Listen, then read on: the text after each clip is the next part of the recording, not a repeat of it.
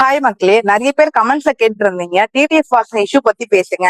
ஏதோ டீ கடையில சண்டை போட்டு பிரச்சனையாச்சு, கண்டிப்பா பேசுங்க மேம் அப்படின்ட்டு. அதுக்காக தாங்க இந்த வீடியோ. டிடிஎஃப் வாசன் பாத்தீங்கன்னா ரீசெண்டா அவங்க சொந்த ஊருக்கு போகும்பொழுது டீ குடிக்கலாம் அப்படின்றதுக்காக ஒரு டீ ஷாப்க்கு போயிருக்காரு. இப்ப டீ குடிச்சிட்டு இருக்கும் போது பாத்தீங்கன்னா அவருக்கு தெரிஞ்ச ஏதோ ஒரு நம்பர், தெரிஞ்சவங்க ரொம்ப க்ளோஸ் கிடையாதுன்ற மாதிரி தான் ஒரு வீடியோ சொல்லியிருக்காரு. என்ன சொல்றாரு பாத்தீங்கன்னா, ஏதோ அந்த ஊர்ல இருக்கிறவர் ஹாய்னா ஹாய் அந்த மாதிரி பழக்கம் தான். அந்த நபரையும் பாக்குறாரு, பார்க்கும்போது சிரிக்கிறாரு. டீ குடிச்சிட்டு இருக்கும் போது அந்த ஆப்போசிட்ல இருக்க நபர் என்ன பண்றாரு பாத்தீங்கன்னா, அங்க டீ கடையில வேலை செஞ்சது ஊழியரை ரொம்ப அவமரியாதையா நடத்துறாரு. எப்படின்னா, இதை எடுத்துட்டு வா, அதை போ அப்படின்ட்டு ரொம்ப கொச்சப்படுத்துற மாதிரி நடத்துறாரு போல. இந்த டிடிஎஃப் வாசனா அவங்க ஃப்ரெண்ட்ஸ் இதை பாத்துக்கிட்டே இருக்காங்க. ஒரு பாயிண்ட்க்கு போக போக போக அந்த ஊழியரை பாத்தீங்கன்னா அந்த நம்பர் ரொம்ப ஓவரா பேசுறது, கை நீட்டி அடிக்கிற அளவுக்கு போறாரு. இதை பார்த்து டிடிஎஃப் வாசனா அவங்க ஃப்ரெண்ட்ஸும் என்ன பண்றாங்கன்னு பாத்தீங்கன்னா தடுக்கணும் அப்படின்றதுக்காக முயற்சி எடுக்கிறாங்க. முயற்சி எடுத்துட்டு ஏன்னா இப்படி பண்றீங்க, ஒரு ஊழியரா இருக்காரு அப்படின்றதுக்காக இந்த மாதிரி தான் பண்ணுவீங்களா அப்படின்னு சொல்லி பேசுறாரு. அப்ப டிடிஎஃப் வாசன் தெரிய வருது, அவர் ரொம்ப ட்ரிங்க் பண்ணிருக்காரு, அவர் சுய நிலவிலே இல்லாம இந்த விஷயம் பண்றாருன்றத கண்டுபிடிக்கிறாரு. சைலண்டா பிரச்சனை எல்லாம் முடியணும் அப்படின்றதுக்காக எடுத்து சொல்றாரு, ஏன் இப்படி பண்றீங்க, விடுங்க அப்படின்ட்டு. அதுக்கு அந்த நபர் பாத்தீங்கன்னா, நீ யாருடா, நீ எந்த ஊர்ல இருந்து வரடா, நீ எங்க இருந்து வந்து நீ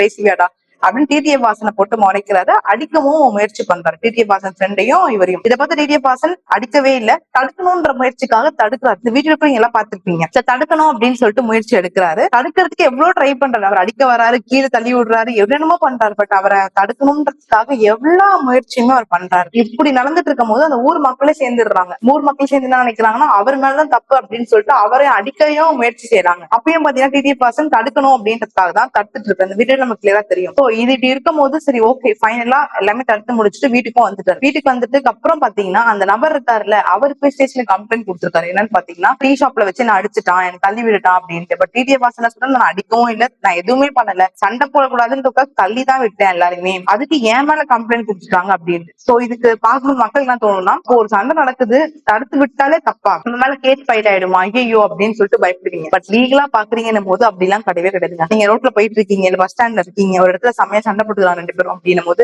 நீங்க தடுக்க முயற்சி பண்றீங்கன்னும் போது நீங்க அதனால எந்த ஒரு லீகல் கான்சிக்வன்ஸும் ஃபேஸ் பண்ண மாட்டீங்க. ஒருவேளை நீங்க தடுத்து விடும் பொழுது உங்களுக்கு நீங்க கீழே விழுந்துட்டீங்க, நீங்க ஸ்டேஷன் கால் பண்ணி இன்ஃபார்ம் பண்ண நினைக்கிறீங்க, இதை என்னால தடுக்க முடியாதுப்பா, நான் கால் பண்ணி இன்ஃபார்ம் பண்றேன் போலீஸ்க்கு அப்படின்னும் போது நீங்க தாராளமா கால் பண்ணி இன்ஃபார்ம் பண்ணலாம். பட் நம்ம நினைப்போம், ஐயோ நம்ம கால் பண்ணி இன்ஃபார்ம் பண்ண நம்மள இன்வெஸ்டிகேஷன் கூப்பிடுவாங்க, எல்லாமே நம்மள பண்ணுவாங்க, நமக்கு இருக்க வேலை ப்ரெஷருக்கு நம்ம ஏன் இது பண்ணோம் அப்படின்ட்டு சைலண்டா போயிருப்பீங்க. சோ அந்த மாதிரி நீங்க பண்ணணும் அவசியமே இல்லைங்க. ஒரு இடத்துல உங்க கண் முன்னாடி தவறுகள் நடக்குது, சண்டை போட்டுக்கிறாங்க அப்படின்னும் போது நீங்க ஒண்ணு தடுக்க முயற்சி பண்ணலாம். அப்படி இல்ல உங்களால தடுக்க முடியாது, உங்களுக்கு பயமா இருக்கு அப்படின்னும் போது நீங்க இமீடியட்டா போலீஸ் கூட கால் பண்ணலாங்க. நம்ம லீகல் ரைட்ஸ் அதுதான், கண்டிப்பா தெரிஞ்சுக்கோங்க. அதே மாதிரி ஒரு பப்ளிக் பிளேஸ்ல குடிச்சிட்டு சண்டை போடுறது லீகலா பாத்தீங்கன்னா கண்டிப்பா கிடையாதுங்க. பிஎன்எஸ் ஆக்ட் செக்ஷன் 355 பாத்தீங்கன்னா ஆஃபென்ஸ் தாங்க. அதே மாதிரி ஒரு பப்ளிக் நியூஸ், ஒரு பப்ளிக்கா எல்லாருமே இருக்கும்போது பப்ளிக் நியூஸ்க்கு எவ்வளவு இன்டீஷனலா ஆக்ட் பண்றாங்கன்னும் போது அதுவுமே அஃபென்ஸ். அது இல்லாம இன்னும் நிறைய செக்ஷன்ஸ் கீழே பாத்தீங்கன்னா கேஸ் ரிஜிஸ்டர் ஆகிறதுக்கு ஏகப்பட்ட வாய்ப்புகள் இருக்கு. ஆக மொத்தத்துல போலீஸ் கம்ப்ளைண்ட் டிடிஎஃப் வாசன் மேல கொடுத்துறாரு. இப்ப என்ன நடக்கும்னு பாத்தீங்கன்னா, போலீஸ் டிடிஎஃப் வாசனை கூப்பிட்டு விசாரிப்பாங்க, அவங்க தரப்பு என்ன நடந்திருக்கு அப்படின்றத விசாரிச்சுட்டு போலீஸே பார்த்து நடந்த அந்த ஸ்பாட்டுக்கு போவாங்க. ஐ மீன் அந்த டீ கடைக்கு போவாங்க. அந்த டீ கடைக்கு போயிட்டு அங்க சுத்தி இருக்க ஆட்களை, அந்த டீ கடை ஓனரா இருக்கட்டும், ஊழியரா இருக்கட்டும், எல்லாரையும் விசாரிப்பாங்க. என்ன நடந்திருக்கு,